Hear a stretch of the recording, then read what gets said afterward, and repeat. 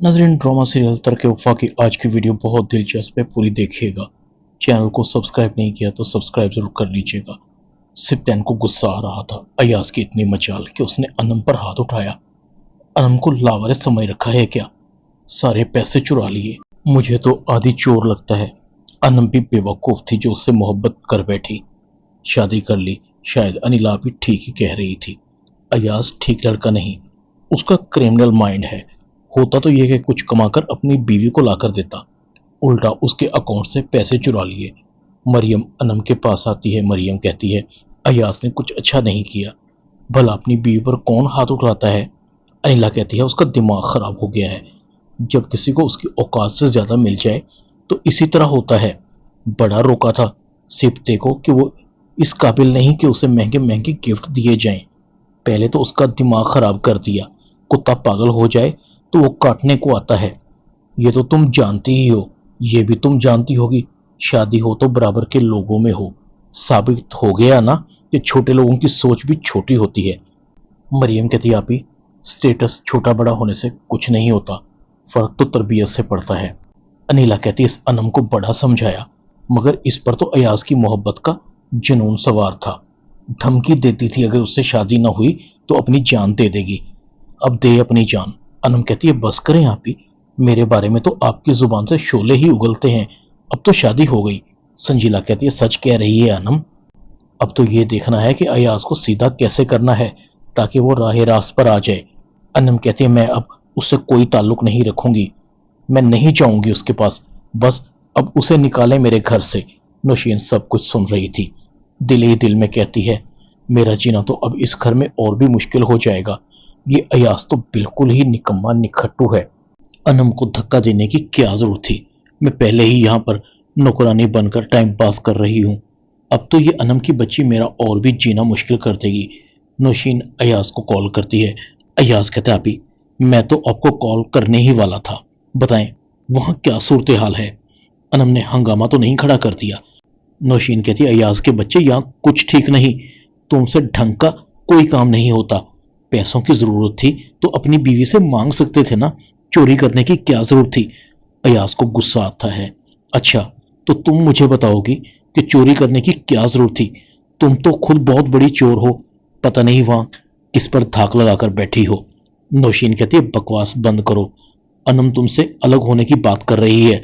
अगर उसने तुमसे तलाक ले ली तो दो कोड़ी के हो जाओगे। जिस तरह भी करके सिप्तैन को और अनम को मनाओ। अगर तुम्हें इनके पांव भी पड़ना पड़े तो पड़ जाओ। अयाज कहता है अच्छा अच्छा, अपना लेक्चर झाड़ना बंद करो, ये मेरा जाती मामला है, सुलझा लूंगा इसे। अयाज काल को काट देता है मैं भी कितना बेवकूफ हूं, सारे पैसे निकाल लिए। अगर वाकई में अनम ने मुझसे तलाक ले ली और पुलिस में रिपोर्ट लिखवा दी, मैं तो जेल में चला जाऊंगा। आजकल तो कवानीन भी बहुत सख्त हैं, कुछ करना पड़ेगा। अयाज भागता हुआ सिप्तैन के घर आता है। सिप्तैन भी मुझे माफ कर दें, मुझसे गलती हो गई। मैंने अनम को जानबूझकर धक्का नहीं दिया था, वो तो अनजाने में हो गया। मैं तो अनम को नुकसान पहुंचाने का सोच भी नहीं सकता, इसीलिए तो फौरन इसे हॉस्पिटल लेकर आया। सिप्तैन कहता है तुम इतने बेहिस हो कि अपनी बीवी के पैसे ही चुरा लिए, तुम्हें शर्म नहीं आई? अयाज कहता है किसी भी तरह की भाई कसम ले लें, मैं चोर नहीं हूं। ना मैंने चोरी की है, ना मैंने चोरी की है। अनम गलत समझ रही है, मेरे साथ तो खुद फ्रॉड हो गया है। सिप्तैन कहता है अगर तुम्हारी कहानी छूटी हुई तो मैं तुम्हें नहीं छोड़ूंगा। अयाज अनम से मिलने जाता है। संजीला और अनिला कहती हैं तुम्हारी जरूरत कैसे हुई हमारे घर में कदम रखने की? एक नंबर के चोर, तुम्हारा असली चेहरा हमारे सामने तो पहले ही आ गया था। अब अनम की भी आंखें खुल गई हैं, निकलो तुम हमारे घर से। चट पूंछिए अनम भी आ जाती है। अनम कहती आप ही इस चोर के बच्चे को घर से धक्के मारकर निकालिए, बल्कि इसकी बहन को भी, हम इनसे कोई ताल्लुक नहीं रखना चाहते। अयाज फौरन अनम के पास आता है। अनम जो हुआ भूल जाओ, मैं मानता हूं मेरी गलती थी, मगर मैंने तुम्हें धक्का जानबूझकर नहीं दिया। मैं तुमसे माफी मांगता हूं।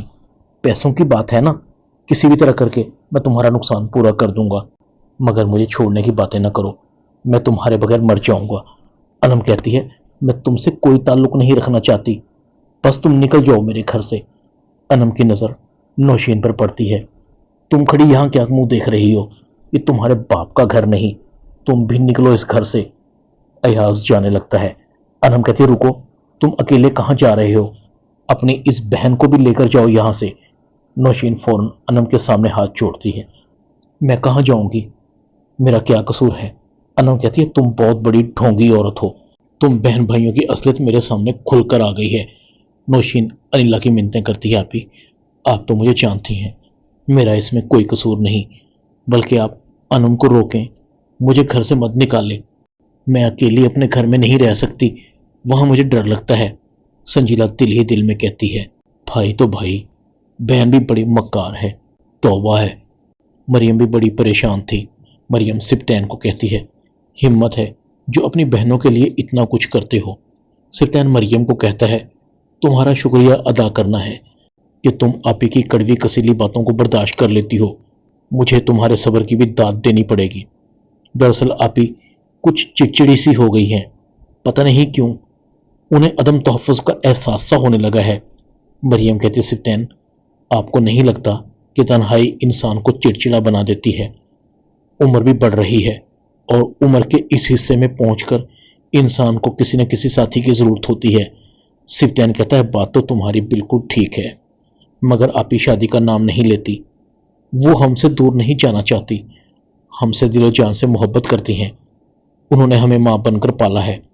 سپتین کھراتا ہے۔